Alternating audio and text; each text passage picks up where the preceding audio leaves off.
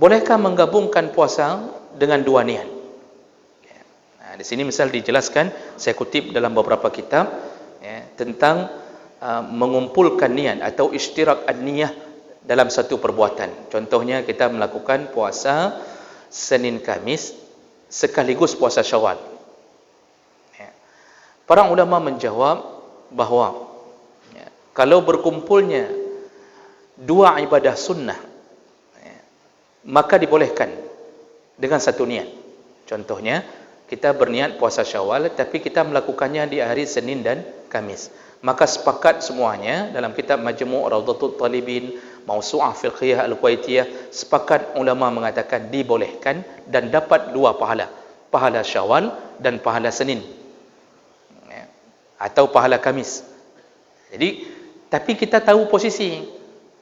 Tahu posisi. Misal hari ini kita Ayyamul Bid, dimulainya Ayyamul Bid. Kita tahu dengan ilmu, kita tahu ini hari Ayyamul Bid. Lalu kita puasa Syawal di atas hari Ayyamul Bid. Niat tetap satu, iaitu puasa Syawal, tetapi dapat pahala dua, iaitu puasa Syawalnya dapat, pahala Ayyamul Bidnya dapat, dengan ilmu yang kita ketahui. Jadi ini tidak berlaku bagi mereka yang tidak tahu. Jadi mereka, dia ada sebagian enggak tahu, puasa-puasa saja, dia tidak tahu bahwa dia sedang berada di hari Senin. Kan ada orang yang enggak tahu hari Senin.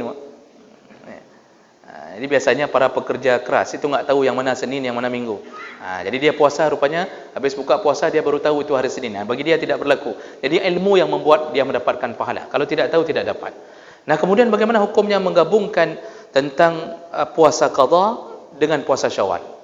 Nah, di sini khilaf di antara para ulama, ada yang membolehkan, ada yang tidak membolehkan. Tapi jumhur ulama lebih banyak yang membolehkan.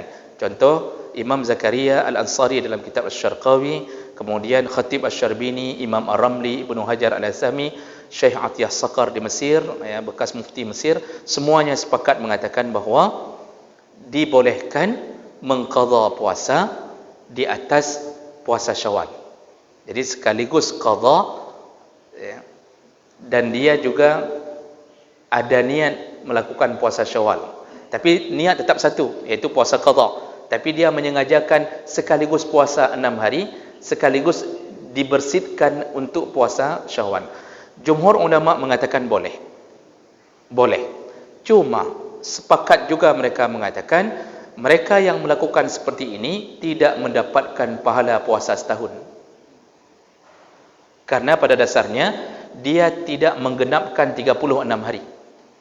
Jadi dia tetap hanya 30 hari, cuma diselipkan 6 hari di bawah qadha. Maka dia tidak mendapatkan pahala puasa setahun lamanya. Jadi kehilangan fadilah itu. Itu saja kekurangan bagi mereka yang melakukan puasa qadha disekaliguskan dengan puasa Syawal. Maka semuanya menasihati bahawa yang terbaik adalah pisahkan puasa qadha lah lebih dahulu, kemudian tambahkan puasa 6 setelah selesai puasa qadha.